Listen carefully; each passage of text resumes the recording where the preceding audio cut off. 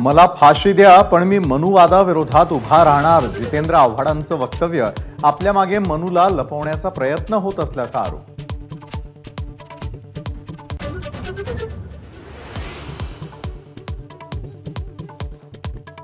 परदेशी कशाला जायचं, गड्या आपला गाव बरा।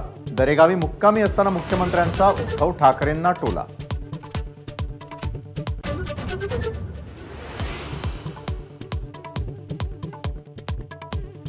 रक्त नमुने बदलणाऱ्या दोन्ही डॉक्टर्ससह शिपायाची एसीबी चौकशी होणार।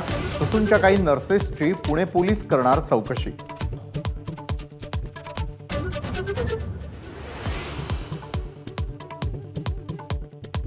पुणे अपघात प्रकरणी अंजली दमानियांचं आव्हान अजित पवारांनी स्वीकारलं। मी नार्को टेस्टमध्ये निर्दोष आढळलो तर दमानियांनी संन्यास घ्यावा, अजित पवारांचं प्रति आव्हान।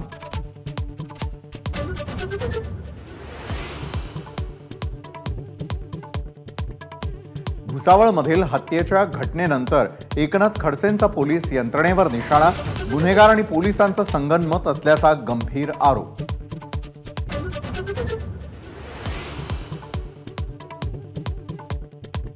ठाणे शहरात 16 ठिकाणी राजरोसपणे ड्रग्सची विक्री। मनसे नेते अभिजित पानसे यांचा आरोप।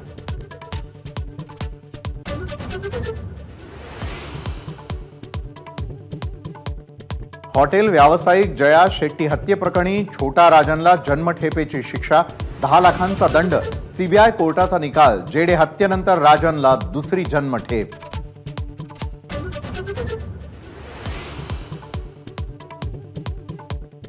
मान्सून भारतात दाखल, हवामान विभागाची घोषणा। केरळ आणि ईशान्य भारतात एकाच वेळी मान्सूनचं आगमन।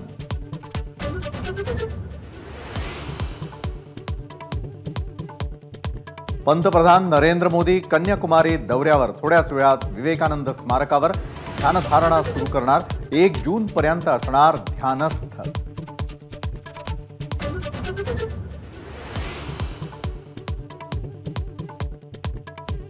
मोदींच्या ध्यानधारणेविरोधात काँग्रेसची निवडणूक आयोगाकडे तक्रार। आचारसंहितेचा भंग होत असल्याचा दावा।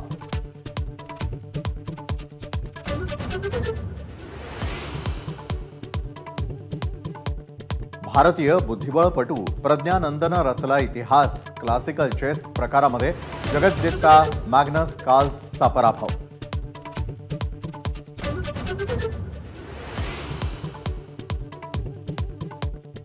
मुंबईत 12 जुलै रोजी पार पडणार अनंत अंबानी आणि राधिका मर्चंट यांचा विवाह सोहळा। 13 जुलैला शुभाशीर्वाद आणि 14 जुलैला रिसेप्शन।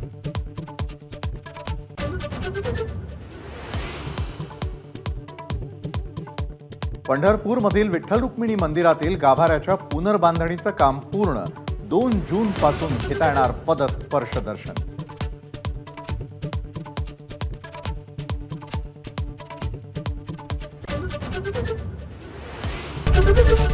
एबीपी माझा, उघडा डोळे बघा नीट।